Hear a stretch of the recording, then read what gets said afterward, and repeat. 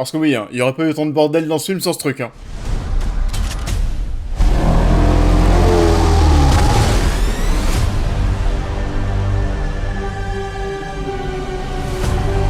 Bonjour à tous, j'espère que vous allez bien, on se retrouve aujourd'hui pour parler de Jurassic World 4 Renaissance qui sort demain au cinéma. Alors oui, si vous posez la question pourquoi est-ce que le film sort un vendredi, pas un mercredi comme c'est le cas habituellement, et c'est qu'en fait, Universal a voulu éviter de sortir le film, vous savez, durant la fête du cinéma. Donc oui, si le film était sorti ce mercredi, ils auraient vendu plein de billets à prix réduit parce que quand c'est la fête du cinéma, t'as des billets moins chers. Et finalement, c'est une stratégie qui est opposée à celle du Comte de Monte Cristo parce que justement, le Comte de Monte Cristo voulait sortir durant la fête de cinéma pour que les gens puissent aller le voir en masse, et puis ensuite on comptait sur le bouche à oreille pour faire en sorte que le film puisse aller atteindre les 10 millions d'entrées. Enfin bon, c'est pas ce qu'on prévoyait à l'origine, mais bon, vous avez compris. Là, aujourd'hui, on est devant quelque chose de différent parce qu'on se dit non, on va sortir le film le vendredi et ceux qui veulent venir voir Jurassic World, ils paieront plein pot le prix d'un billet normal. Et du coup, est-ce que ce Jurassic World Renaissance vaut le coup? Vous savez quoi, c'est parti, on en parle. Jurassic World Renaissance est réalisé par Gareth Edwards, le réalisateur de Godzilla, The Creator et Star Wars Rogue One. Et 5 ans après Jurassic World, le monde d'après, l'environnement de la planète s'est révélé hostile pour la plupart des dinosaures, et ceux qui subsistent vivent dans des zones équatoriales isolées aux conditions proches de celles de leur ère d'origine. Et du coup, déjà un nouveau Jurassic World parce que oui, même si le film s'appelle Jurassic World comme les 3 précédents, on est quand même sur un lancement de nouvelles sagas, et on reprend le titre Jurassic World. Alors c'est vrai qu'à un moment il y avait des rumeurs, on pensait qu'on allait partir sur autre chose. Vous savez, la première saga, première trilogie Jurassic Park, la seconde Jurassic World, et la troisième, je sais pas, voilà, cette nouvelle Jurassic Universe, enfin voilà, je sais pas, Jurassic Galaxy, voilà, on va dans la galaxie. Et finalement, rien de tout ça, on reste sur Jurassic World. Après bon, faut dire que c'est un titre qui vend toujours. Les 3 films Jurassic World ont passé le milliard de recettes, même si on était plutôt sur la pente descendante. Le premier me semble qu'il avait fait 1,6 milliard, le deuxième 1,2, 1,4, je sais plus, en tout cas c'était moins, et le dernier il a tout juste passé le milliard de recettes. Mais aussi, ce qu'on peut dire, c'est qu'on était face à une saga qui, en termes de qualité, au niveau des critiques, ça devenait quand même de plus en plus compliqué. Surtout le dernier, j'ai envie de dire, Jurassic World Dominion ou Le Monde d'après, c'était vraiment pas fameux. Le second, il avait un petit peu divisé, mais en termes de réalisation, c'était quand même le meilleur. En tout cas, on est quand même face à un titre, face à une licence qui est un peu entachée. Donc personnellement, moi j'y vois un petit risque de relancer une nouvelle saga en réutilisant Jurassic World. Et je peux le dire aussi d'entrée, c'est vrai qu'on va beaucoup parler de Jurassic World 4. C'est pas vraiment un 4, vous pouvez très bien aller voir ce nouveau film sans avoir vu les précédents longs métrages. C'est une nouvelle porte d'entrée pour des nouveaux fans. On va suivre des nouveaux personnages, des nouveaux acteurs, une nouvelle équipe. Et Gareth Edwards, pour le coup ici à la réalisation, ça faisait partie des points qui me donnaient quand même envie de voir ce nouveau Jurassic Park, ce nouveau Jurassic World. Et c'est même Steven Spielberg lui-même qui a remis le script à Gareth Edwards. Donc oui, il lui fait confiance, alors je vous raconte pas la pression. Après, Gareth Edwards, il a quand même travaillé sur des gros projets dont certains sont vraiment très très cool, il y avait de quoi être rassuré sur certains points. Et ce Jurassic World 4 Renaissance, qu'est-ce que ça donne? C'était plutôt pas mal. Personnellement, je pense que c'est le Jurassic World devant lequel je me suis le plus éclaté, même si, je dois quand même vous l'avouer, lorsque je suis sorti de ma salle de cinéma, j'étais quand même bien plus conquis qu'aujourd'hui. J'ai quand même eu le temps de réfléchir au film, je l'ai vu il y a une dizaine de jours. J'ai repensé au film, et il y a quand même pas mal de points qui certainement devraient un petit peu diviser. Donc oui, je me suis amusé devant ce nouveau long métrage, devant ce nouveau film pour cette licence.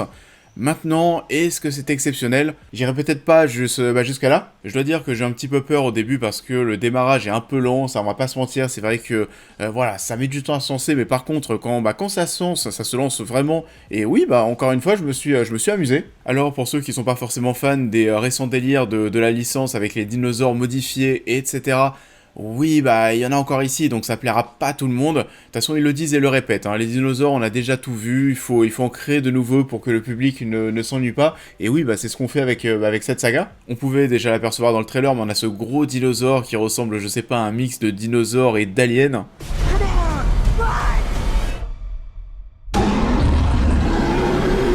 Et on va se lancer ensuite dans une histoire assez simple, mine de rien. Alors c'est vrai que la simplicité du scénario, j'ai l'impression que c'est quelque chose qui m'a quand même plutôt plu, même si, comme je le disais, c'est pas ça qui va faire que ton film est exceptionnel.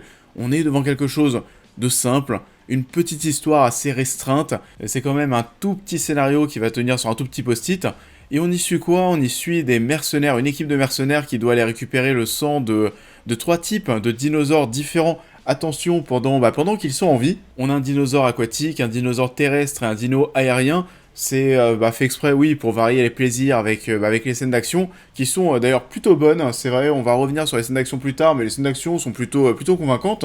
En tout cas, on part à la chasse aux dinos. On l'a dit sur le papier, c'est assez simple au niveau du scénario, mais aussi au niveau des rebondissements. Voilà, les petits twists qu'on va avoir durant le film sont grillés à des kilomètres. C'est pas le genre de scénario qui va renouveler la licence. C'est même des choses qu'on a déjà vues dans Jurassic Park ou dans Jurassic World. Et on a aussi une famille qui va être mêlée à cette aventure avec ces mercenaires qui faisait peut-être un petit peu peur sur le papier, même si alors personnellement c'est vrai que ça m'a plutôt plu finalement. Je pense que c'est un point qui va quand même diviser et que la plupart des spectateurs ne vont pas forcément tous s'attacher à ces personnages, à cette famille. Parce que oui, c'est peut-être une des choses que j'ai préférées ici dans ce nouveau film.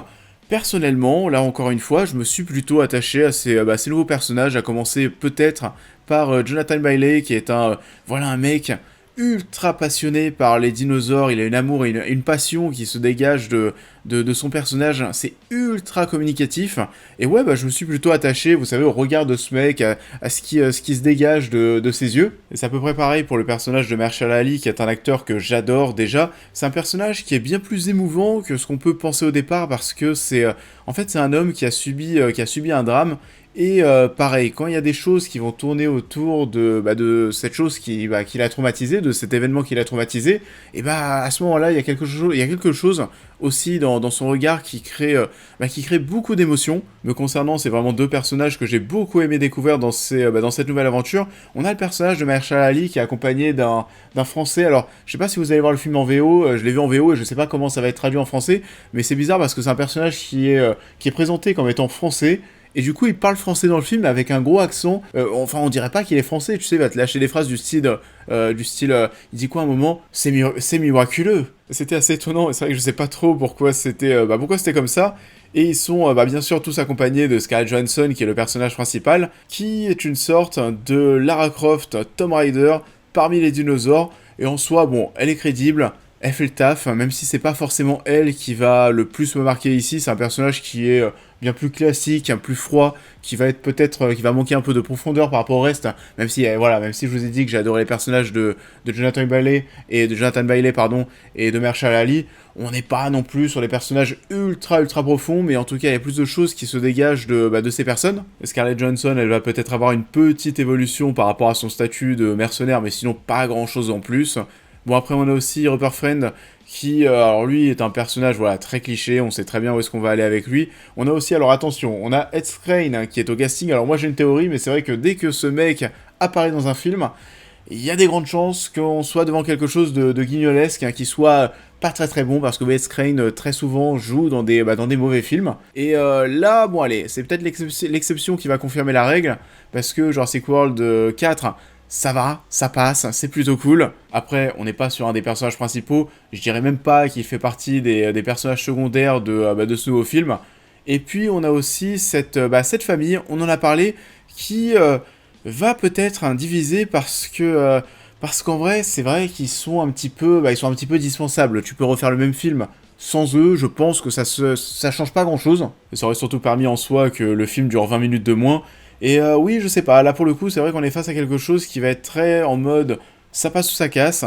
Il y a des gens qui vont peut-être s'attacher à cette famille, il y a des gens qui vont les trouver totalement osef et même un peu agaçants parce qu'il y a pas mal d'humour finalement qui va se dégager de ce petit groupe, surtout de la part du copain de la grande sœur qui ce quatuor de personnages, le copain de la grande sœur.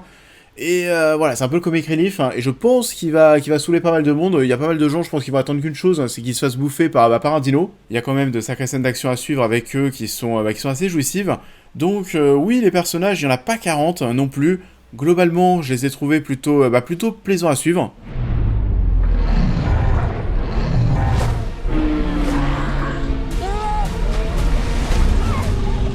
Et au-delà des personnages bien entendu, si on va voir un nouveau Jurassic World au cinéma, c'est pour en prendre plein les yeux au niveau des dinosaures, plein les yeux au niveau des scènes d'action, et le moins que l'on puisse dire, c'est que ça a quand même de la gueule. On n'en attendait pas moins de la part de Gareth Edwards, même si on n'est pas non plus sur du très très grand Gareth Edwards, enfin on sent qu'on est sur du Gareth Edwards aseptisé qui est en train de faire son petit film cahier des charges, son film de studio, et ça a quand même de la gueule. Mais je vous avoue que j'en attendais peut-être un petit peu plus, et oui, passé l'introduction assez longue, le film dure 2h10, quand c'est lancé, on le disait tout à l'heure, quand c'est lancé, parce que oui, les scènes d'action, elles sont oppressantes, elles sont remplies de tension. On a cette première scène d'action qui est sur l'eau, alors qui a beaucoup été teasée dans les bandes annonces avec ce dino aquatique. Ça, c'était, mais alors vraiment terrible. Il y a beaucoup de moments, en plus, vous savez, où on a le dinosaure qui sort de l'eau avec sa gueule et qui essaye d'aller croquer, vous savez, des personnages qui sont mal en point sur le bateau. Et je vous jure, ça à chaque fois, ça arrive plusieurs fois. Même moi, sur mon siège, j'avais ce petit geste comme si j'étais le personnage et je devais, vous savez, essayer d'éviter la gueule du dinosaure. J'ai vraiment été pris par ce que je voyais à l'image. J'ai adoré cette scène d'action. Il y en a une autre avec un bateau de sauvetage. Là aussi, c'était top, top, top. La scène finale nous rappellera à certains moments les belles heures de la licence Jurassic Park. Et puis sinon, le film a quand même de la gueule. Les effets spéciaux sont plus qu'ok. C'était plutôt réussi sur ce point. Il y a peut-être quelques petits fonds verts qui sont visibles par-ci par-là, mais au global, ça fonctionne et le film est très très beau.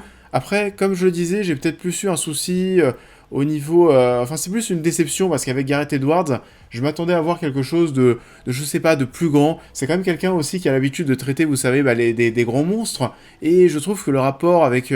il n'y a pas beaucoup, voilà, de rapport, enfin, le gigantisme, tout ça, il n'y en a pas énormément dans ce film, et j'ai pas trouvé qu'on filmait les dinosaures de manière à ce qu'ils soient vraiment impressionnants par rapport à nos petits humains. Donc même si Gareth Edwards s'en sort plutôt bien, j'en attendais plus, et c'est pareil pour la musique d'Alexandre Desplat, j'étais même pas au courant que c'était lui qui allait s'occuper de la BO ici, Alexandre Desplat, mais compositeur ultra oscarisé, et généralement voilà, tu prends des claques à chaque fois, et finalement là, c'était plutôt timide, j'ai envie de dire.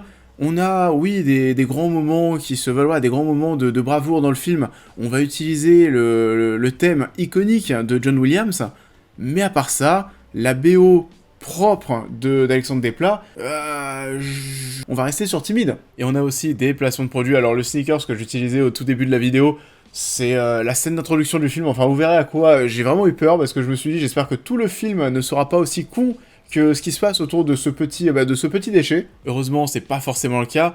Après, on sait aussi que le but de ce film, c'est de vendre des goodies, de vendre des jouets Mattel. Il y a eu tout un délire au niveau de la promotion de ce Jurassic World 4 autour de ce petit dinosaure qui s'appelle Dolores, que l'on voit un peu dans le film, et qui ne sert pour le coup, mais alors vraiment, à rien du tout. Il est vraiment là pour vendre des trucs. I'm naming her Dolores. Et du coup, vous l'avez compris, ce Jurassic World Renaissance, il y a du bon, il y a du moins bon. Au global, je le répète, j'ai passé un bon moment devant le film, j'ai bien aimé, j'étais très content lorsque je suis sorti de la séance. Après oui, en y réfléchissant, on n'est pas devant quelque chose d'extraordinaire. Mais majoritairement, je pense que ça peut plaire. Je pense aussi que oui, c'est mon Jurassic World préféré parmi les 4 films. Maintenant, on verra si lui aussi arrive à aller taper le milliard de recettes. C'est vrai qu'il y a une grosse bataille au box-office cet été. On a beaucoup parlé, mais c'est vrai qu'entre le film Formule 1, entre ce Jurassic World, entre Superman et les 4 Fantastiques, je ne sais pas qui va remporter la bataille du box-office. Je mettais une petite pièce sur Jurassic World, mais vu comment part le film Formule 1, je me demande si les cartes sont pas un petit peu rebattues. En tout cas, comme d'habitude, je vous invite, vous, à me dire en commentaire ce que vous avez pensé du film. Je vous invite à me dire qui va gagner, selon vous, la bataille du box-office cet été. Et je vous invite, bien sûr, comme d'habitude, à liker cette vidéo, à me suivre sur tous mes réseaux, à vous abonner à la chaîne YouTube, à devenir membre soutien si vous souhaitez soutenir mon travail. Et on se retrouve la semaine prochaine pour parler de Superman. You have a dog? Et c'est bon, on y est enfin, le blockbuster de l'été qui fait tant parler. Je sais pas si c'est celui qui va faire le plus entrer en salle, mais en tout cas, c'est certainement celui qui va générer le plus de réactions. Alors, vous le savez si vous suivez la chaîne, j'ai quand même quelques craintes par rapport à ce nouveau Superman de James Gunn. On verra ce que ça donne, j'espère que ce sera bien et que les fans ne seront pas déçus. En tout cas, d'ici là, je vous souhaite à tous une excellente fin de semaine, et je vous dis à très vite.